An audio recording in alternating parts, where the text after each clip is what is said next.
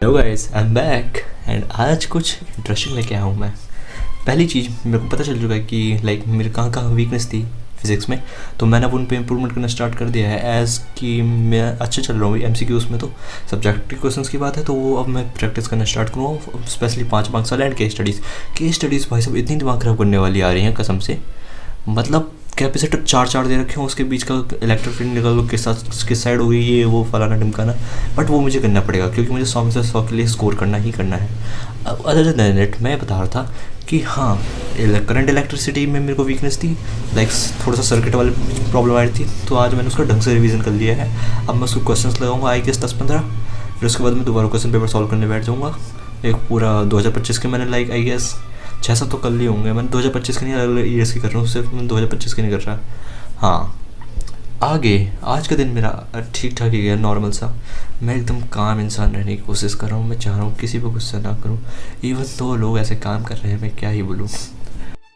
बाकी I have a quote that goes like, if you want to achieve something, do your work as per your expertise, do that work for yourself, not to show it to someone, not for someone's validation.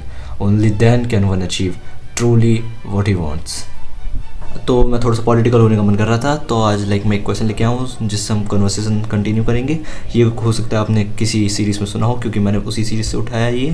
तो it is like, एक कमरे में एक merchant है, एक priest है and एक king है। उन तीनों के सामने खड़ा है कॉमन सेल स्वॉर्ड।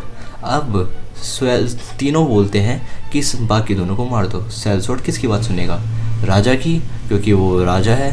मर्चेंट की, क्योंकि वो उसे पैसे दे सकता है। और प्रीस्ट की, क्योंकि वो उसे एनलाइटमेंट दिला सकता है। किसके पास पावर है उस मोमेंट पे? किंग के पास। उस मोमेंट में पावर है उस सोल्जर के पास, उस सेल स्वॉर्ड के पास। बट स्टिल हम बिलीव करते हैं कि पावर रिसाइड्स। एंड इफ अगर सेल स्वॉर्ड के पास ये सारी पावर है, then why do we interest ourselves in king, in politicians, in minister?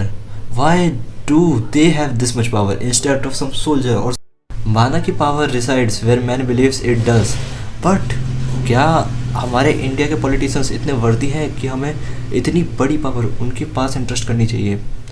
And honestly, क्या पूरे इंडिया में कोई भी ऐसा पॉलिटिशियन है जिसके पास हम ऐसी पावर इंटरेस्ट कर सकते हैं instead of current government? And अगर कोई है भी नहीं तो what qualities should a leader have so that this power can be entrusted to him? Currently, India is suffering from a lot of things because of our political culture, political environment. We truly need someone new, someone with better thinking, someone who can lead us to enlightenment. What qualities should that leader have?